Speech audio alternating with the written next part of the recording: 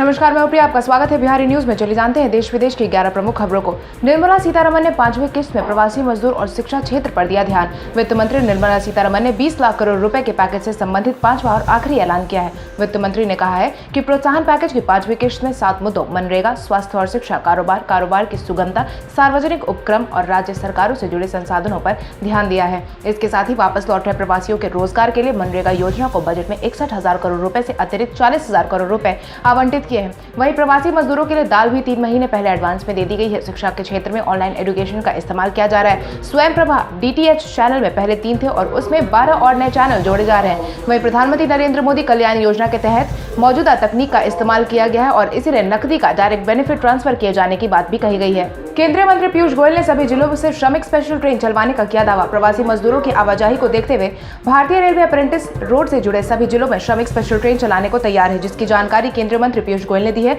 जिसके लिए उन्होंने सभी जिलों की कलेक्ट्रेट को पत्र लिखा है, जिसमें उन्होंने लिखा है कि अपने अपने जिलों में फंसे मजदूरों की एक लिस्ट तैयार करें और रेलवे को अपने राज्य के नोडल अधिकारी के जरिए आवेदन दे ताकि श्रमिक स्पेशल ट्रेन की व्यवस्था की जाए। रेलवे के मुताबिक फिलहाल उनके पास प्रतिदिन 300 श्रमिक स्पेशल ट्रेन चलाने की क्षमता है। हालांकि रेलवे अभी आधी संख्या में ही ट्रेन चला रहा है। अगर रेलवे पूरी तरह से ट्रेन चलाने की प्रक्रिया को शुरू कर दे तो श्रमिकों की काफी ज्यादा राहत मिलेगी। हालांकि अभी तक रेलवे ने 15 लाख प्रवासी मजदूरों को उनके घर तक पहुंचा दिया है।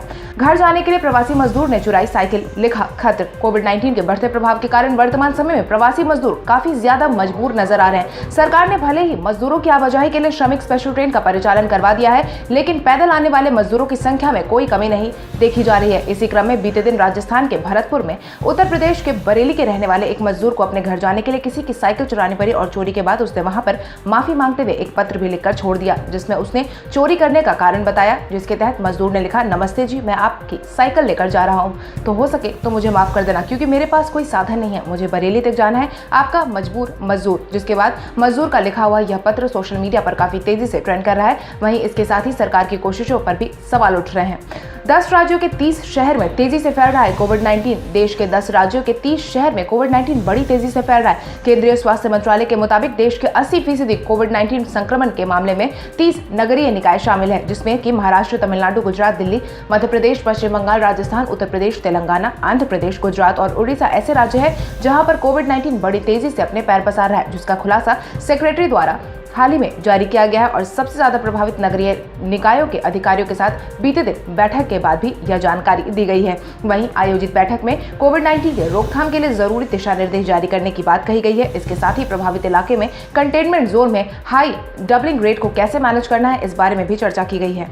देश को MRO का हब बनाना चाहती है केंद्र सरकार, जिसकी जानकारी वित्त मंत्री निर्मला सीतारमण ने दी है और कहा है कि सरकार देश को विमानों के रखरखाव, मरम्मत और ओवरऑल का हब बनाने के लिए कदम उठा रही है। इसके लिए शनिवार को उन्होंने आर्थिक पैकेज के चौथे टेस्ट की घोषणा करते हुए बताया था कि यदि हम भारत को एक बड़ा केंद्र बना पाते हैं तो इसमें नगर विमान ही नहीं बल्कि रक्षा विमान क्षेत्र को भी काफी लाभ होगा। इससे सभी एयरलाइंस के लिए रखरखाव की लागत घटेगी। अंत में इसका लाभ यात्रियों को ही मिलेगा, उनके लिए यात्रा की लागत घटेगी। इसके साथ ही वित्त मंत्री निर्मला सीतारमण और हवाई अड्डों की नीलामी सार्वजनिक निजी भागीदारी मॉडल के आधार पर करने की घोषणा की गई है, जिसके तहत उन्होंने कहा है कि भारतीय हवाई क्षेत्र के बेहतर इस्तेमाल के लिए कदम उठाए जा रहे हैं। एक प्रतिस्पर्धा भारतीय उद्योग से स्थानीय एयरलाइंस को इस तरह के कार्य पर खर्च घटाने में मदद मिलेगी। अब तक यह काम ज्यादातर विदेशों में किया जाता है, लेकिन अब भारत में भी इसकी शुरुआत की जा सकती है।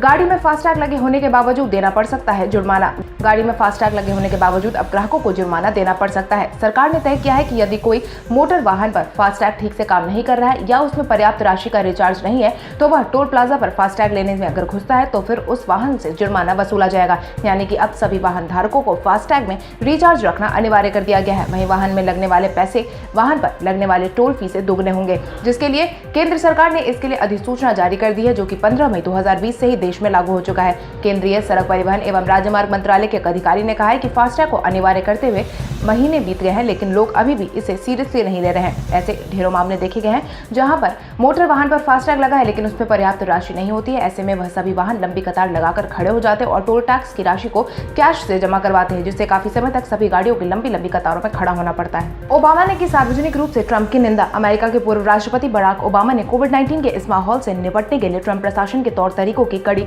आलोचना की है, जिसके तहत उन्होंने कहा है कि ट्रंप प्रशासन के कई अधिकारी ढोंग करने के बहाने ही जिम्मेदारी उठाते नहीं देखे जा रहे हैं। उन्होंने आगे कहा कि गोरे लोगों की तुलना में काले समुदाय पर कोविड-19 का बड़े पैमाने पर असर हो रहा है। उन्होंने आगे कहा कि अमेरिकी व्यवस्था की कमियों को उजागर किया जा रहा है। आपकी जानकारी के लिए आपको बता दें, पूर्व राष्ट्रपति कॉलेज और विश्वविद्यालय में पढ़ने वाले ब्लैक स्टूडेंट्स के दीक्षांत समारोह को ऑनलाइन संबोधित करने के दौरान उक्त बातें कह रहे थे। वहीं अमेरिका में कोविड-19 के बढ़ते प्रभाव की बात करें तो अभी सबसे ज्यादा अमेरिका ही प्रभावित है, क्योंकि अब तक अमेरिका में प्रभावितों की संख्या लगभग 15 लाख पहुंच चुकी है। कपिल सिब्बल ने प्रवासी मजदूरों की स्थिति पर उठाए सवाल। पूर्व केंद्रीय मंत्री कपिल सिब्बल प्रवासी मजदूरों की परिस्थिति पर सवाल उठाए हैं और सरकार को निशाने पर लिया है, जिसके तहत पैदल घर लौटने पर मजबूर मजदूरों के मुद्दे पर सवाल उठाते हुए कपिल सिब्बल ने ट्वीट करते हुए लिखा है कि 2 लाख प्रवासी मजदूर है और घर जाने को बेताब है, लेकिन और कोई इंतजार नहीं कर सकता, क्योंकि उनके पास अब बचने के लिए पैसे भी नहीं बचे हैं। हर दिन उनकी हालत और ज्यादा खराब हो रही है। उत्तर प्रदेश में हुए वाकया में 26 लोगों की जान चली गई है। वहीं ट्रेन की चपेट में आने से 16 लोगों की जान चली गई थी। मजदूरों की समस्या के लिए सुप्रीम कोर्ट कब अपनी आवाज उठाएगी, यह समझ से परे है। आपको बता दें, केंद्र सरकार के आदेश के बावजूद श्रमिक स्पेशल ट्रेन का आयोजन करवाया गया है, लेकिन अभी भी हजारों की तादाद में मजदूर पैदल सफर करने पर मजबूर है, क्योंकि उनके पास टिकट बुक करवाने के लिए पर्याप्त कागजात उपलब्ध नहीं है और यही कारण है कि वह पैदल ही घर के लिए निकल पड़ रहे हैं। सीधे खाते में भेजे जाएंगे बिजली सब्सिडी के पैसे। कोविड-19 आर्थिक पैकेज के चौथे दिन के ऐलान में सरकार ने बिजली की सब्सिडी सीधे लाभार्थियों के खाते में ट्रांसफर कराने का ऐलान जारी किया है। साथ ही केंद्र शासित प्रदेशों में नए टैरिफ पॉलिसी के तहत पावर डिस्ट्रीब्यूशन किए जाने की बात भी कही है। इसके साथ ही वित्त मंत्री निर्मला सीतारमण ने सभी बिजली कंपनियों को पर्याप्त बिजली मुहैया करवाने का आदेश भी जारी किया है। वहीं लोड शेडिंग की समस्या को देखते हुए उन्होंने पेनाल्टी लगाने की बात भी कही है। इसके साथ ही निर्मला सीतारमण ने यह भी कहा है कि बिजली कंपनियों की पर्याप्त आउटपुट को ही और बेहतर बनाने के लिए काम किया जाएगा। इससे क्षमता में विस्तार होगा, सर्विस क्वालिटी पर बेहतर असर पड़ेगा और साथ ही पावर सेक्टर में डायरेक्ट ट्रांसफर के तहत ही सबसे धीमी कराई जाएगी। इसके साथ ही स्मार्ट प्रीपेड मीटर को बढ़ावा दिया जाएगा। वित्त मंत्री निर्मला सीतारमण ने बीते दिन 8 सेक्टर में सुधार का किया ऐलान।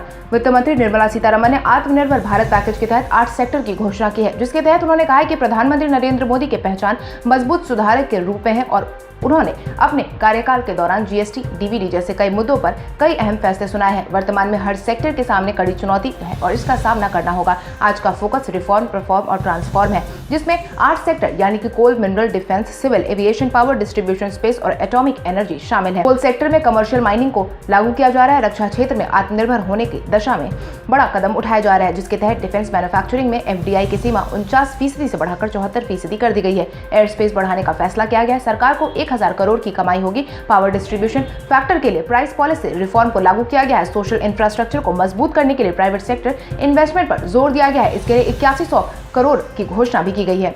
आज है मशहूर क्रिकेटर भागवत चंद्रशेखर का जन्मदिन। भागवत चंद्रशेखर को मैच विनर के नाम से जाना जाता है। यह भारत में वह क्रिकेटर थे जिन्होंने टीम इंडिया को सरहद पार पहली जीत दिलवाई थी। हालांकि वह बचपन से ही बीमार चल रहे थे, लेकिन उसकी वजह से उनके क्रिकेट करियर में कभी कोई कमी नहीं देखने को मिली।